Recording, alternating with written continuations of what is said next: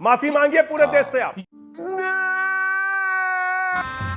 गजब बेइज्जती है। मान्यवर, यूसीसी हमारे एजेंडा में आज से नहीं, भाजपा की स्थापना से नहीं, जनसंघ की स्थापना से 51 में है। और मैं आपको चुनौती से कहता हूं, भाजपा का एक चुनावी घोषणा पत्र दिखाइए जिसमें भारतीय जनता पार्टी के एजेंडा में यह ना हो। हमने आज तक 71 साल में किसी मुद्दे पे अपना स्टैंड नहीं चेंज किया है, आपकी पार्टी की तरह कि बांग्लादेशी घुसपैठियों के मुद्दे के ऊपर ममता जी ने सोमनाथ चटर्जी पे बतौर स्पीकर फाइल फेंक दी थी, और वो 2007 था, और 2017 में कहा मैं देखती हूं कौन आप लोगों को बाहर निकालता है, और आज उनको पिछड़े रास्ते से आरक्षण भी देने की बात हो रही है, तो वो पलटा जाता। दूसरा, कीर्ति आजाद जी, आपको ध्यान ही नहीं है, ये तो संविधान की मूल भावना में लिखा है। नीति निर्देशक तत्व पढ़े हैं संविधान के, डायरेक्टिव प्रिंसिपल्स, उसमें यूसीसी है, समान नागरिक संहिता होनी चाहिए। एक नहीं, कई बार सर्वोच्च न्यायालय बोल चुका है। तो जो न्यायालय बोल चुका है, जो संविधान निर्माताओं की मंशा थी, और वो जो हमारे एजेंडा में पिछले 71 साल से है, 72 साल से है, उसमें किसी को नजर आए कि ये तत्काल हो रहा है, और बड़ी आश्चर्य की बात होती है, जिसमें समान नागरिक संहिता है, उसमें हिंदू मुसलमान कैसा भाई?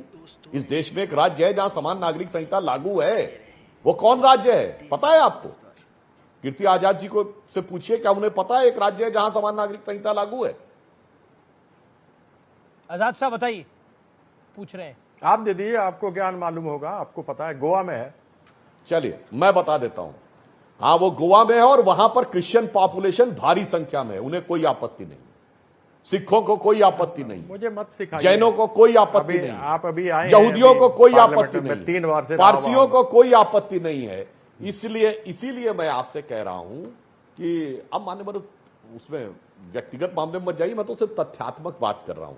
केवल एक ही को है, कारण जानते क्या है? बंगाल में तो बात अलग है, दे दिए जो अभी मैंने भी तथ्य आपको दे दिए कि गोवा में है कोई, और वो भी इसलिए तो मैंने पुर्तगालियों ने कहा, अच्छी संख्या में है ना, जब वह दे रहे थे, हाँ जब सुनिए यहाँ ना, से वो जा रहे थे तो उन्होंने तो कहा क्रिश्चियन डोमिनेटेड स्टेट में है, किसी को कोई समस्या नहीं है। पुर्तगालियों ने कहा कि सबको बराबर का सम्मान होना चाहिए, यूनिफॉर्म सिविल कोड होना चाहिए, आपके कारण से नहीं है।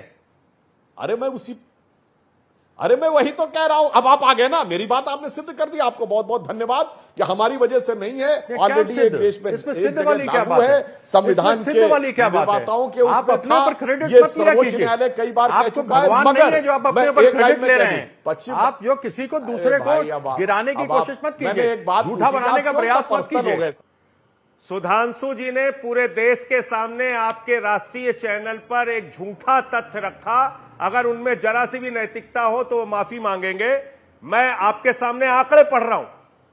असिस्टेंट प्रोफेसर की पोस्ट 40 केंद्रीय विद्यालयों में 27% एससी की खाली है, 33% एसटी की खाली है, 41% ओबीसी की खाली है। आगे पढ़ रहा हूं। एसोसिएट प्रोफेसर की पोस्ट 40 केंद्रीय विश्वविद्यालयों में 76% एससी की खाली है, 86% एसटी की खाली है, 94% ओबीसी की खाली है।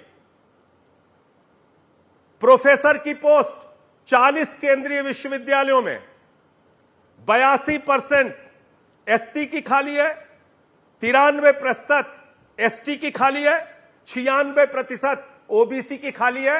अब जरा सी भी नैतिकता अगर सुधांशु जी में है तो पूरे देश से अपनी पार्टी की ओर से जवाब सुधांशु जवाब, आरटीआई का जवाब है। लक्ष्मण यादव दिल्ली विश्वविद्यालय में लक्ष्मण यादव अध्यापक हैं, वो पढ़ाते हैं वहां पे, उनकी आरटीआई में दिया गया जवाब है सरकार का।